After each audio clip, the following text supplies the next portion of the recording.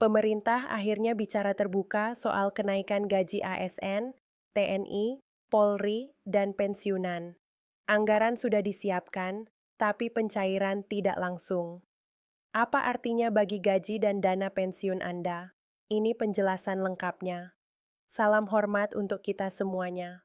Berjumpa kembali bersama kami di channel Info Pensiunan ASN, tempat kita berbagi informasi kebijakan negara yang berdampak langsung bagi aparatur sipil negara, ASN, TNI, Polri, para hakim, dan para pensiunan di seluruh Indonesia. Bapak dan Ibu, pemerintah kembali menegaskan komitmennya untuk memperbaiki kualitas hidup aparatur negara, bukan hanya saat masih aktif bekerja, tetapi juga ketika memasuki masa pensiun, agar hidup tetap layak, terhormat, dan bermartabat. Dalam pernyataan terbaru, Purbaya Yudisadewa menegaskan bahwa kenaikan gaji ASN, prajurit TNI dan Polri, hakim, serta pensiunan memang telah diputuskan secara kebijakan. Namun, pencairannya tidak bisa langsung dilakukan sekaligus karena masih menunggu aturan pelaksanaan teknis. Kenaikan gaji ASN ditetapkan sebesar 8%, sementara kenaikan pensiun ditetapkan sebesar 12%. Untuk merealisasikan kebijakan ini, pemerintah telah menyiapkan anggaran yang sangat besar, yakni sekitar 52 triliun. Anggaran ini disiapkan sebagai bentuk keseriusan negara dalam memperbaiki kesejahteraan aparatur negara secara menyeluruh.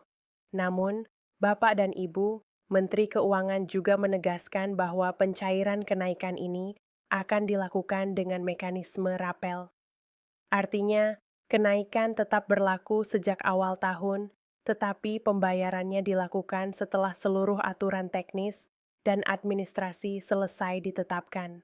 Kebijakan ini bukan tanpa alasan. Pemerintah ingin memastikan bahwa kenaikan gaji tidak hanya menjadi angka di atas kertas, tetapi benar-benar berdampak pada perbaikan tata kelola birokrasi dan pemberantasan korupsi. Presiden secara tegas menyampaikan bahwa gaji yang layak adalah salah satu cara untuk menghilangkan alasan seseorang melakukan korupsi.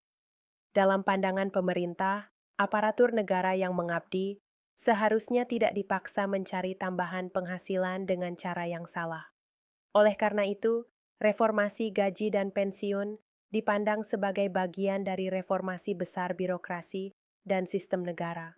Namun, di sisi lain, DPR juga mengingatkan bahwa kenaikan gaji dan pensiun membawa konsekuensi besar terhadap APBN. Dalam 5 tahun terakhir, beban dana pensiun negara terus meningkat. Dari sekitar 15,5 triliun pada 2019, naik menjadi hampir 20 triliun pada 2023. Sementara belanja pegawai ASN, TNI, dan Polri kini mencapai lebih dari 480 triliun atau sekitar 8% dari total APBN.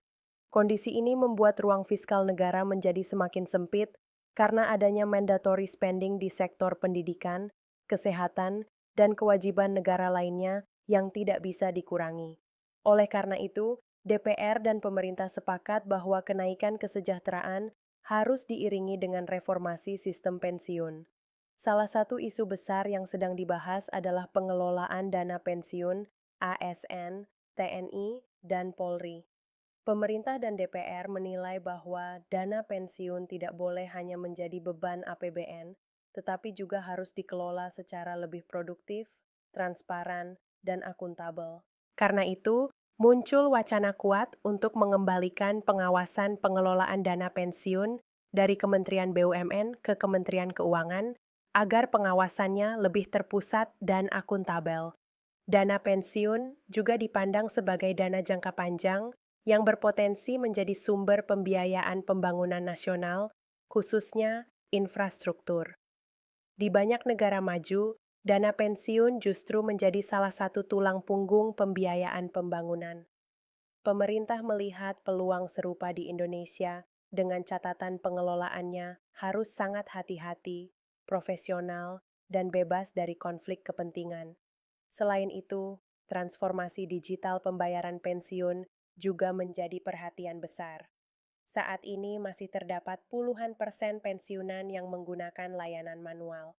Pemerintah dan pengelola dana pensiun diminta untuk meningkatkan literasi digital, sekaligus memperkuat perlindungan data pribadi agar tidak terjadi kebocoran atau penyalahgunaan data. Pemerintah juga tengah menyiapkan roadmap jangka panjang terkait sistem pensiun, termasuk kemungkinan perubahan skema dari sistem yang sepenuhnya bergantung pada APBN menuju sistem yang lebih berkelanjutan. Semua ini dilakukan agar hak pensiunan tetap terjamin tanpa membebani keuangan negara secara berlebihan di masa depan. Dalam kesempatan yang sama, Presiden juga menegaskan komitmennya untuk memberantas korupsi dan kebocoran kekayaan negara. Menurut Presiden, kekayaan negara ibarat darah dalam tubuh. Jika terus bocor, negara akan melemah. Karena itu, upaya penyelamatan kekayaan negara menjadi bagian tak terpisahkan dari upaya meningkatkan kesejahteraan rakyat, termasuk aparatur negara dan pensiunan.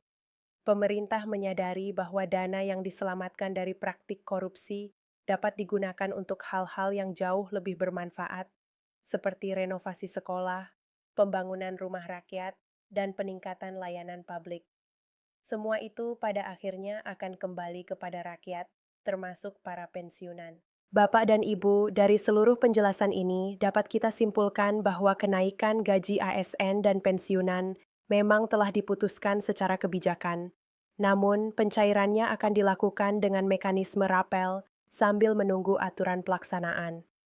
Di saat yang sama, pemerintah sedang menata ulang sistem dana pensiun agar lebih berkelanjutan, transparan, dan memberi manfaat jangka panjang. Oleh karena itu, Bapak dan Ibu diimbau untuk tetap tenang, tidak terpengaruh isu yang belum resmi, dan mengikuti informasi dari sumber-sumber terpercaya. Kebijakan ini adalah bagian dari reformasi besar negara yang tidak hanya berdampak hari ini, tetapi juga menentukan masa depan sistem pensiun Indonesia. Demikian informasi yang dapat kami sampaikan. Semoga bermanfaat dan memberi gambaran utuh bagi Bapak dan Ibu semua. Terima kasih. Sampai jumpa pada informasi berikutnya. Ya.